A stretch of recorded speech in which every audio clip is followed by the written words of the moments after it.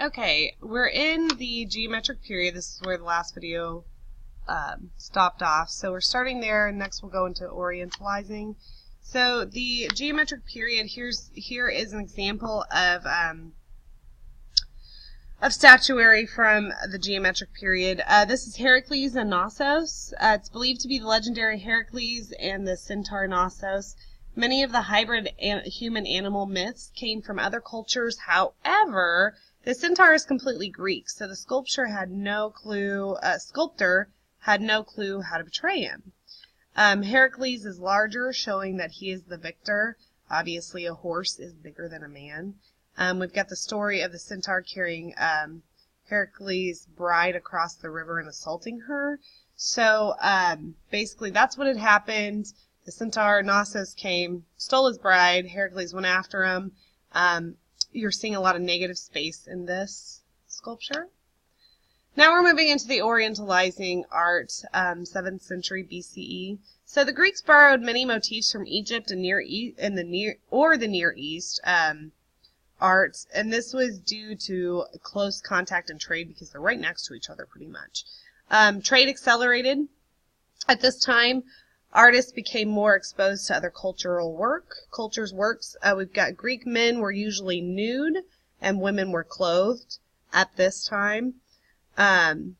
This is Mentiklos Apollo. It's a small bronze. A lot of Greek art is going to be bronze. The statue is dedicated to Apollo or a man named Mentiklios. It's kind of hard to tell because Greeks made their gods in male form or men form. Sorry, trying to move here. Hey. And kind of vice versa. So it's really hard to tell who's a god and who is an actual man. The Greeks conceived their gods in human form. But if you look to the right and the left, compare and contrast those two. So just take a moment and compare and contrast.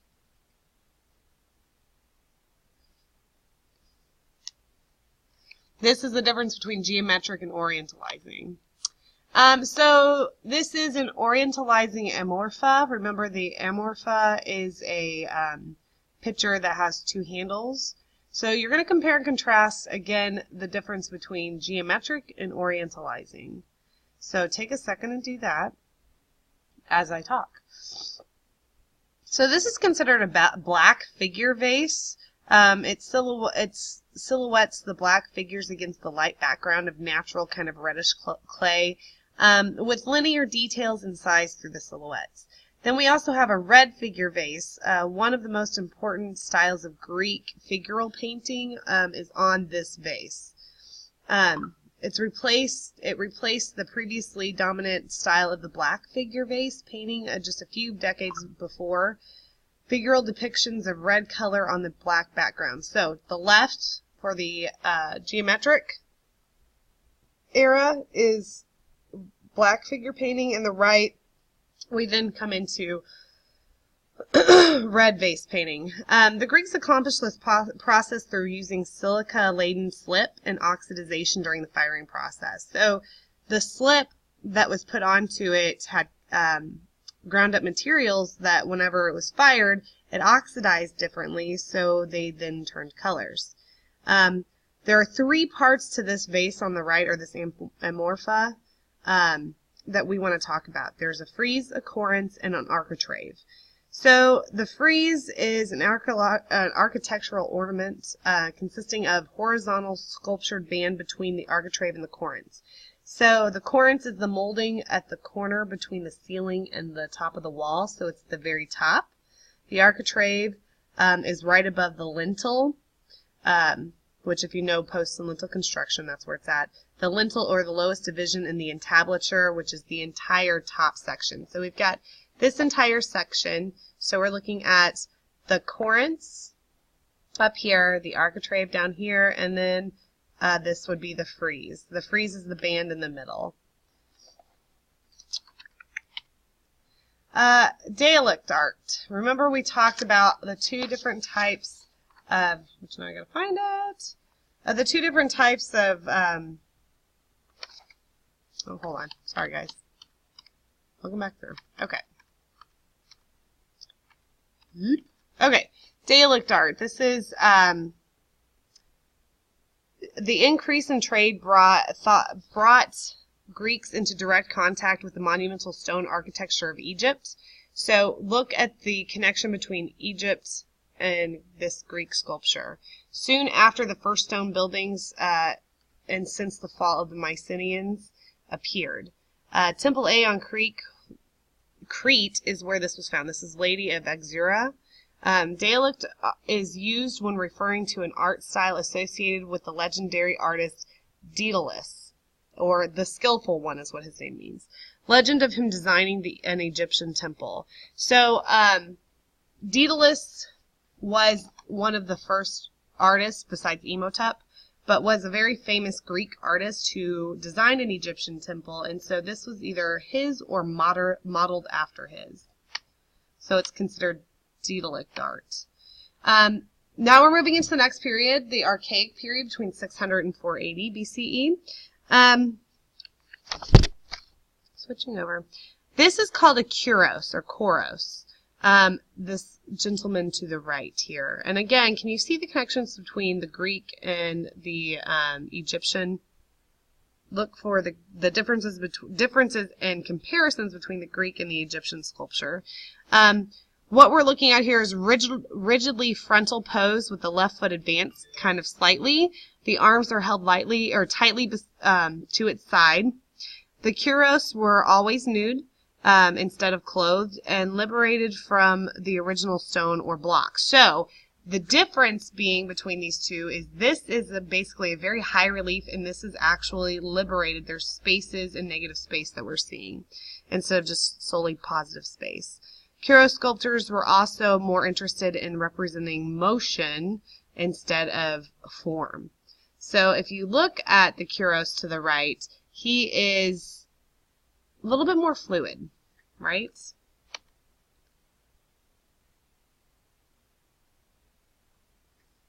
Okay, what we're looking at here is there are more kuros. And what you typically see on a kuros is called an archaic smile. The smile that appears on all archaic Greek statues from about 570 to 480 BCE. The smile is the archaic sculptor's way of indicating that the person is portrayed to be alive. So the reason for having a smile on a kuros is to show that that person is alive when it was carved. We've got the calf bearer on the left.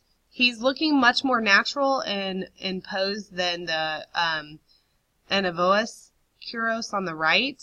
The style is differently. Between the calf legs and his arms, it creates an X. He's much more fluid and softer almost. Oh, and he's not wearing clothes, by the way. The drapery that's around him is because he's taking this calf and the drapery as a gift to the goddess. So he is without clothes. Core. Excuse me. The core is a Greek sculpture of a freestanding female youth. Again, we're still in the Archaic period. The core is basically the female version of a kouros. This is pepelos, these statues, remember, women were always clothed, so they wear pepelos, which is a belted garment which they originally thought she wore, then discovered that she wore layered clothing which signifies that she is goddess. So again, it's still really hard to tell the difference between a god or goddess and a person. The pepelos core has a more column type appearance. It's much more geometric. So we're talking about the one on the right here. Or I'm sorry, the left. The Ionian core on the right is rendered much more naturally, and it's relieved of its stiff kind of frontality of the body, and it's much more lifelike. You can also see the encaustic, the word right here, which is kind of a wax painting that is left over on this core. Again, she's smiling, right? So we have pepelos core and Ionian dress, or Ionian core. Okay, temples. We're going to start talking about temples here. So remember we talked about Silla in the Mesopotamian Empire? These are still called Silla or Naos.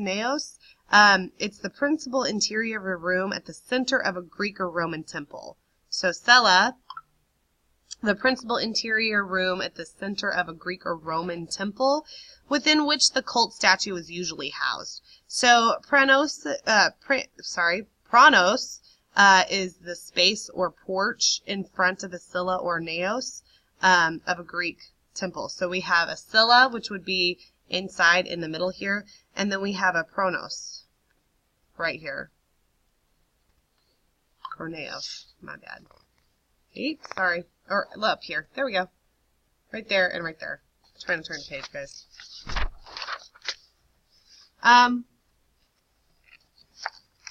We also have, it's called a peristyle, which is a colonnade that surrounds the building or enclosure. So it's the area that goes around it.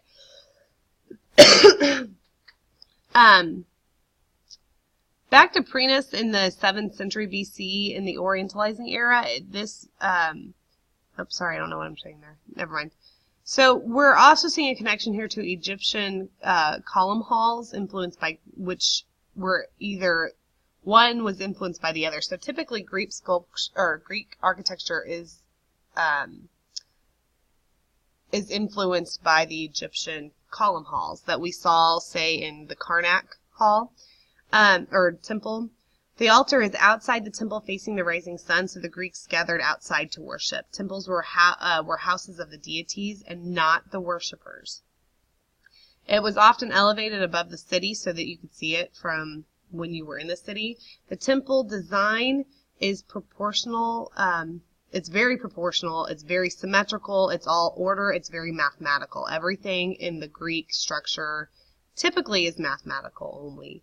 The sculptural decoration in the upper parts is the frieze. So up here, that is painted typically.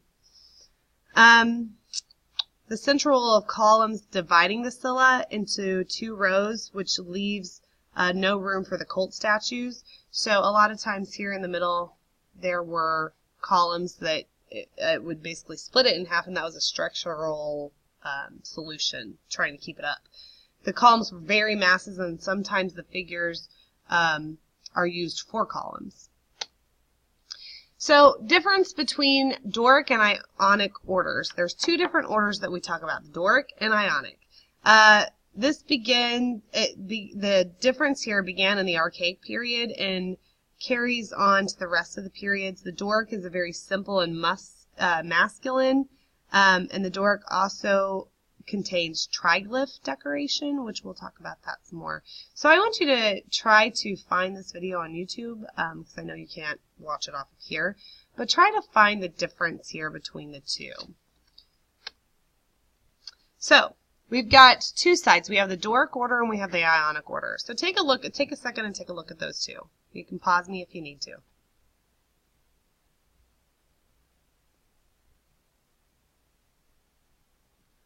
So what we're seeing here, this is a contrast and comparison between Doric and Ionic orders.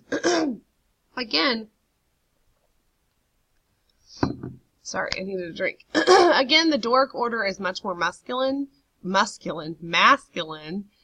uses triglyphs and metopes in the frieze. So again, here, this portion right here is the frieze. You will see typically 3 lines, triglyphs, metope, triglyph. This shows, it's basically a recreation of older temples in the ancient Aegean structure, or in the ancient Aegean culture, because they were made out of wood. They would put these pylons up here. That's why there's these 3 guys here, and then it's blank, and then 3 guys here. So the Doric order tends to mimic the ancient Aegean temple structure. We don't see a lot of ancient Aegean structures anymore because they were burnt down, because obviously they were made of wood. There's no decoration on the capital of a Doric order, and the base of columns are not decorative either. They are very big and massive. So then over here at the Ionic order, it's much more feminine, usually portrays femininity or a female goddess. We've got an open frieze, which a lot of times was filled in with decoration. Sometimes the metope here on the Doric order was filled in with decoration as well. We have decorative capitals, usually in the shape of a curve. Later we get into some other orders. And then the base of the column is decorated as well. They're very tall and elongated figures. So looking back here, which one would this be, Doric or Ionic? I'll give you a second to figure it out. Pause me and try to answer that. Okay. So the Sphinian Treasury is where we're going to next. Let me find this on there. So look at this. It's an archaic Ionic order. Because of the decorated columns in the top, we've got the frieze that's open and decorated. It's a continuous frieze. We are looking at the term of I can never say this one, giantomachy, which basically it's the battle between the gods and the giants. It's a metaphor for triumph, or battles between men and animals. It basically symbolizes the reason over chaos. This is a Greek treasury. These columns here are called caryatids. It's a female figure that functions as a supporting column. Cleitidas and,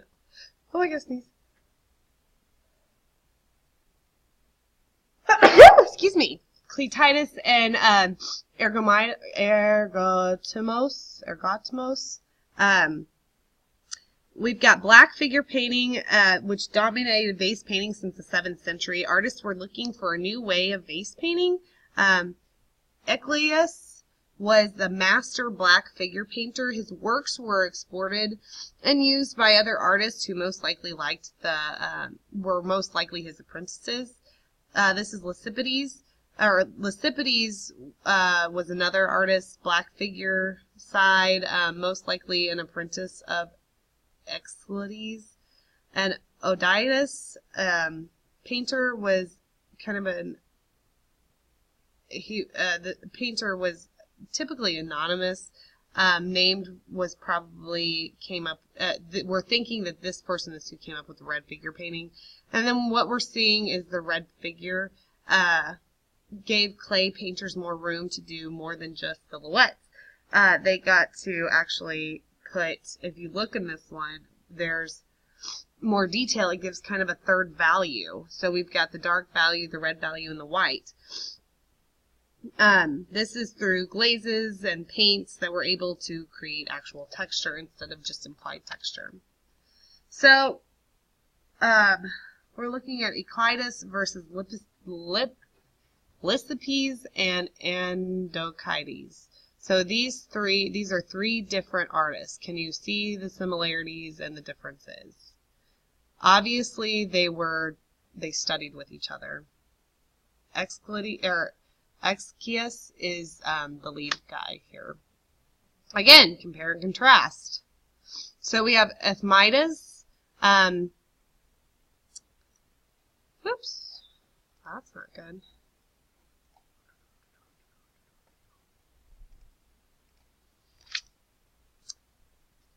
Okay.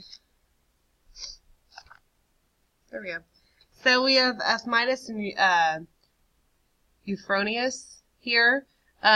What we're seeing with Ephmidas is, so there's a competition. Who's better, who's not? It was a huge artistic competition that happened in this period as far as vase painting because it was so popular.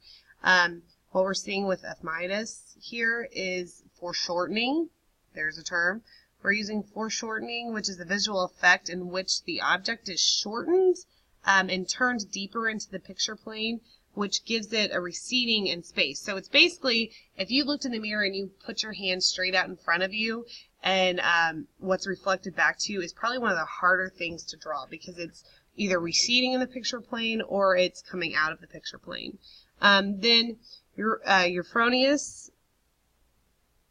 accomplished overlapping and twisting, and if you look at this, he also accomplished foreshortening in the legs here. We've got lots of overlapping, lots of dramatics happening here. Okay, so I want you to watch the video on the Athenian Agora. We're going to talk about that next.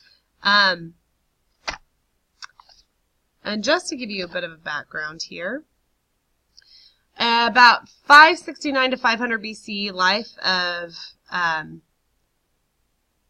Pythagoras came into play here. We've got 499 to 429 BCE were the age of Pericles. Pericles was a military general. He was the general, 15-time general of Athens. So also in this era, we're looking at a lot of dramatics. So a lot of plays. So, and I'm not going to be able to say this right, but Euripides, I know him, and Sophocles, which were playwrights and theater people, and then we have the philosopher of Socrates. So we've got these very famous, very intelligent people that that come about in this archaic period. So Pythagoras, we've got Euripides, and we've got Socrates.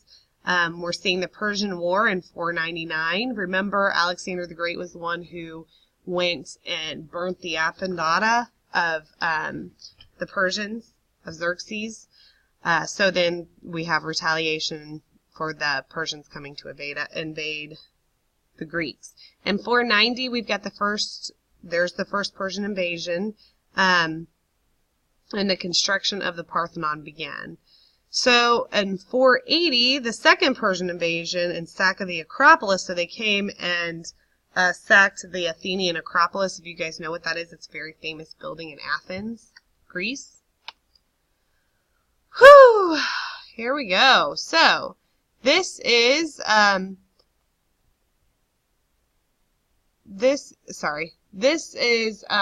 Apphia of Aegea.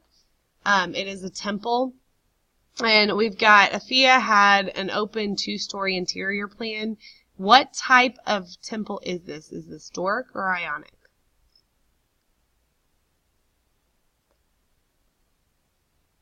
So we're seeing here that 2-story temple plan right here. It contained a colonnade, which is what runs around the temple. The colonnade allowed for the cult statue to be the center for worshipers instead of split into 2 sides. And it was able to be viewed very clearly. That was a revolutionary idea that happened. We've got pediments, which you guys will figure out pediments when we will go through the entire structure of the Greek temple. The pediments show the Battle of the Trojan and the Greeks. You guys surely all know that story. If you don't, I'll talk to you about it in class. We're seeing the archaic smile right here, but not here. So what does that mean? Try to figure out what that means.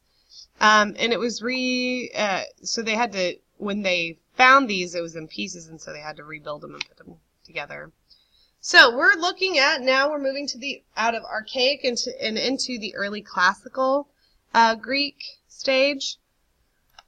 About 480 to 400 BCE. This is what the time looked like. This is what it looked like at the time. We've got early classical sculpture here. One of the most important works of the Greek sculpture or in Greek history. This breaks away from the Egyptian canon that we talked about, that stiff form, the straight leg. This is how humans really stand. We've got a shift of weight.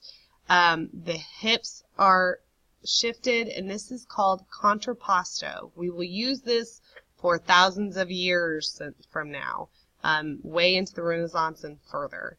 So contrapposto means counterbalance. We've got bronze casting. This video shows you how casting is done. You're welcome to look it up on YouTube. I possibly might show it in class. So we've got, let's see, 3 different statues going on here.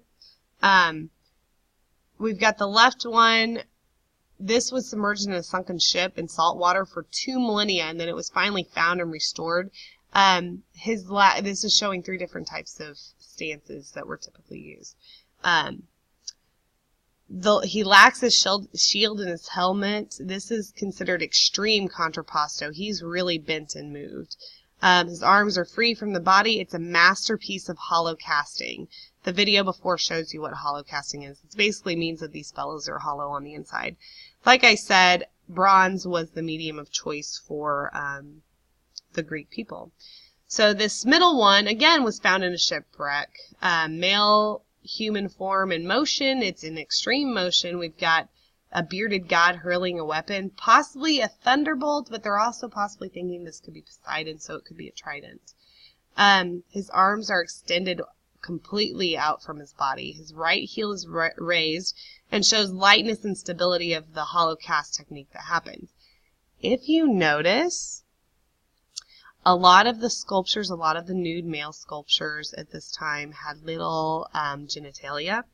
They did that, the historians believe they did that because it showed strength in form, muscle, and mind. But they had to include the genitalia because that was correct proportion. Then we have over here to the right, we have a lady who is fully clothed. Look at the drapery of her top and how it kind of forms to her. She's got a turn of the head. Her feet are in opposite directions. Slight twist of the waist. It's considered a severe style still. The skirt looks like flutes of a Greek column. Okay. Excuse me. So we are on 39 here. All of the information is here. We've got Myron, the discus. Again, we're still showing extreme movement. These are Roman reconstructions because, again, all the Greeks were bronze, which were melted down and used by the Greeks or other conquerors. And so the Greeks admired them so much that they had to make them in marble, which is awesome. However, they've had to use these stumpy things to hold on to them or to attach to the body because these arms would break off. So this is a Roman copy in marble. The Romans decorated their villas with these Greek statues. The marble is less expensive. And they added this is a tree trunk back here. So it's for support. We've got tightly bound body in action. His muscles are tight. He's turned to his full extent. He's right on the release. This next one is Polykleitos. It's a dwarf. Polykleitos was a follower for Pythagoras, which is the mathematician. Polykleitos worked with the mathematical proportions of the body. This is, again, a marble copy. It's a vision of a nude male in perfect mathematical proportions. This, at the time, was perfection. The Greek people believed in the perfection of mind, body, and soul, all three, to make a whole and perfect person. So, the imposed order on human movement using math and cross balance. It's very symmetrical. Motion while at rest. There's still motion. So this is Polykleitos' perfect mathematical proportion. The body is 7 heads high, whereas later in Rome, I believe, or later mathematicians would say he's 8. So, but what Polykleitos says is he's 7 heads high, perfectly symmetrical. His hips twist as well as his knees. If one knee is raised, the hips are going to twist. Architecture again. So what we're looking here is at the, trying to figure out where I'm at. We've got a detailed map of what a Rome or Greek temple looks like. I will give you this handout, so we're not going to go over it. The Temple of Hera II. Take a look at this. What type of order is this? We're starting to see extreme emotion happening, whereas we haven't really seen extreme emotion happening yet. See face, look at the face here, faces. Not a whole lot of extreme emotion. So now we're beginning to see this extreme emotion happening. This is the ruins at the Temple of Zeus. The Temple of Zeus was one of the 7 ancient wonders of the world, I believe. It is destroyed. We look at Hera's temple because it's very similar to Zeus's temple. This is the Acropolis at Athens. You can watch many movies about it. We will definitely go over this because it is one of your artifacts. So we will talk about that in class. We're going to slightly go over this. So The Acropolis's history is the earliest artifacts date back to the mid-Neolithic era. It dates all the way back there, that this land was used in the mid-Neolithic era. The Mycenaean Megaron stood there in late Bronze Age, so only a single limestone column base and a few limestone steps are left of that, so the Mycenaeans used it. After the Megaron palace was constructed, the Cyclopean wall was built, which is down here, I believe. The Cyclopean wall was built around the Acropolis for protections from the Mycenaeans. So the Cyclopeans had built the wall, so when the Mycenaeans came in, they couldn't take it over. Homer referred to it as the strong-built house of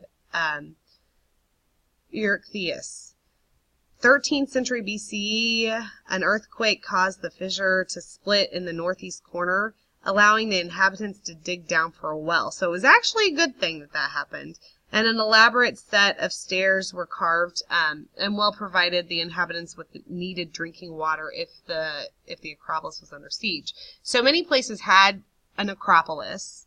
It was typically high up, and it was meant for, like, when the Persians came or when somebody came to war, they could hide out back there. So they really needed the water for this. There's no documentation of finding of a Mycenaean palace on here, but they believe there was. If there was, there's no evidence due to upgrades that happened throughout the century. During the Archaic time, not much is known about the architectural appearance of the Acropolis not much is known about this until the Archaic time. There was a temple that sometimes people call an Temple, which was the first temple to be built to Athena, for Athena. Athena is the cult that Athens uses, obviously. And that was built before the current Parthenon exists. It is in the Doric order, the Parthenon is. The temple was built around 570 to 550, and it was demolished by the Athenians in 490 after a victory over the Persians at Marathon, in order to build a bigger, better Parthenon, or a bigger, better temple. The latter was destroyed in 480 by returning Persians and finally replaced by the present Parthenon. So this area has been rebuilt many, many, many, many times. It was rebuilt under the leadership of Pericles, remember that general, during the golden age of Athens. So we have the new Parthenon. Other views, we'll go into depth on the Parthenon. Inside. Okay. Yeah, again, we're going to go into depth on this.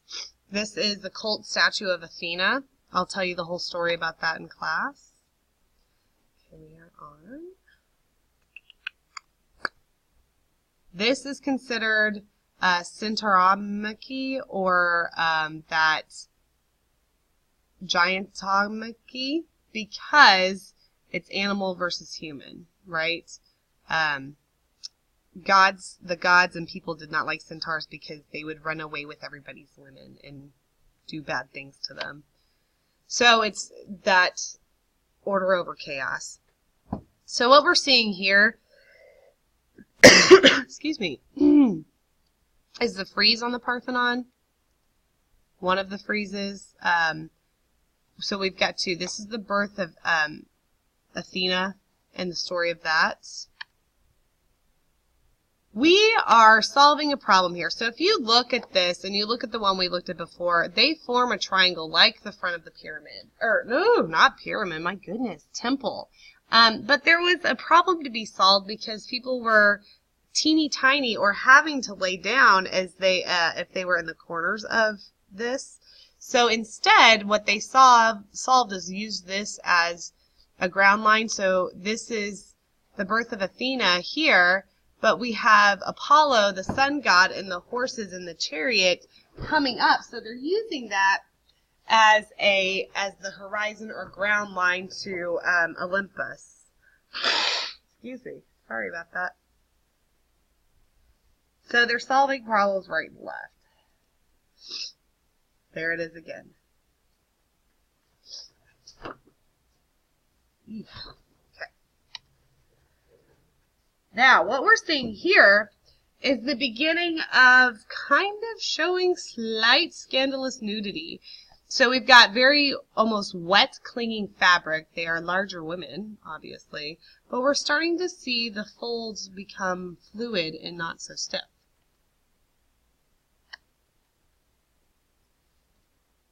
Again, we see that here and down here.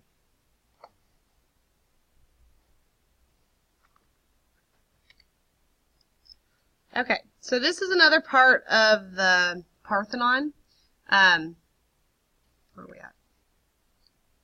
This is the Pinakoethic.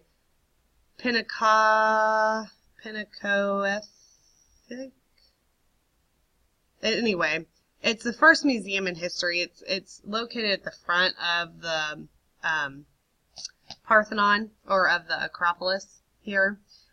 We do know that they held paintings and different things like that. So somebody had asked me the other day when museums first started. Well, here you go. The first museum in history. These are pictures of it. It was basically the entrance hall off to the right and the left. Continuing the Erechtheion. We're going to go through all of these. I'm going to keep skipping through. These are just more buildings. This talks about the Erechtheion, another building. Okay, so moving on to the grave stele of Hagos. This is one of the only depictions of a woman for a stele. Typically, it was just men. Women had to stay in the house. They had to stay away from other people and other men. We've got Hagos here, and we have her maid bringing a jewelry box. We know that this is a servant because Hagos is much more detailed. So you look, even the feet, much more detailed in the face, the hair, the garments. And her servant is just kind of almost an afterthought or a generalization that's put in there. We are again seeing the foreshortening here and white ground painting. So this is a new painting technique of new painting technique that replaced or was a substitute for red figure or black figure painting. They used diluted black glazes for the lines. So it's becoming more modern. You can still see the meander pattern up there at the top. And again, we're comparing these three. Okay. Polygnathos, panel painting.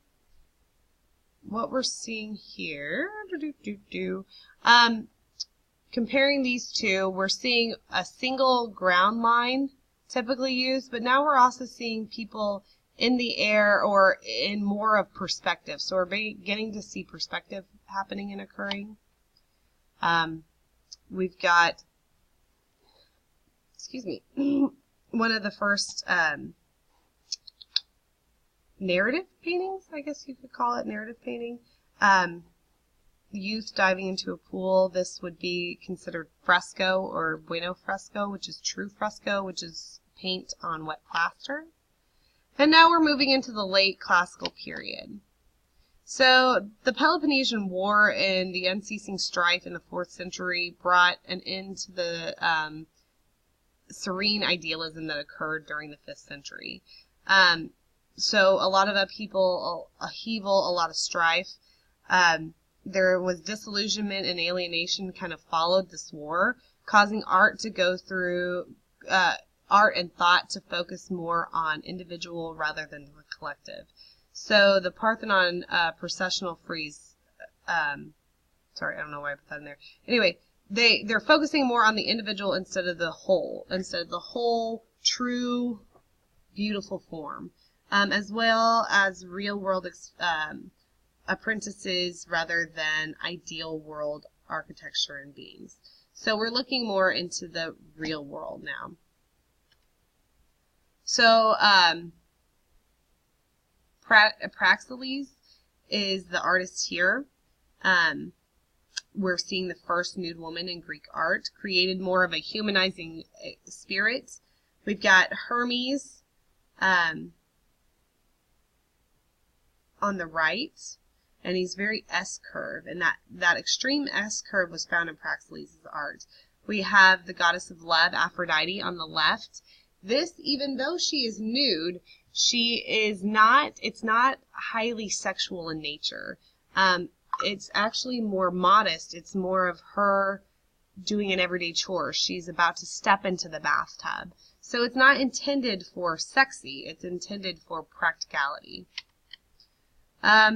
Scopas. Here we go, Scopas. So, 1563, a Roman Catholic Church deemed that any lusciousness must be covered. Why did I put that on there? Oops, sorry, wrong one. There's 70. Here's just another example. Sorry, that was for the next slide. There's another example of a lot of emotion being shown, of the different types of draperies and figures in that extreme emotion. So, if you look at the one to the left, this is what I was talking about. 1563, Roman Catholic Church deemed that this sexuality must be covered up. So you see a lot of fig leaves in front of people's genitalia. A lot of them have been removed, but some of them have not. We had that conversation the other day. So there's a new canon that happened, Lysippos' new canon. So this is the third great late classical sculpture that we found on the left here. So we had Praxiteles before, where it was the 7 head high. This is the 8 head high, a new mathematical structure. We've got extreme contrapposto happening. He's kind of lounging around, and it kind of humanizes the god persona. He's weary, he's tired after completing 12 layers. This is Hercules on the right. After completing his 12 labors for the golden apple, he's exhausted. We're seeing that more humanistic emotion. Pella mosaics, those are mosaics done with pebbles. Hades and Persephone here. And that's the bell. I'll be back in a second.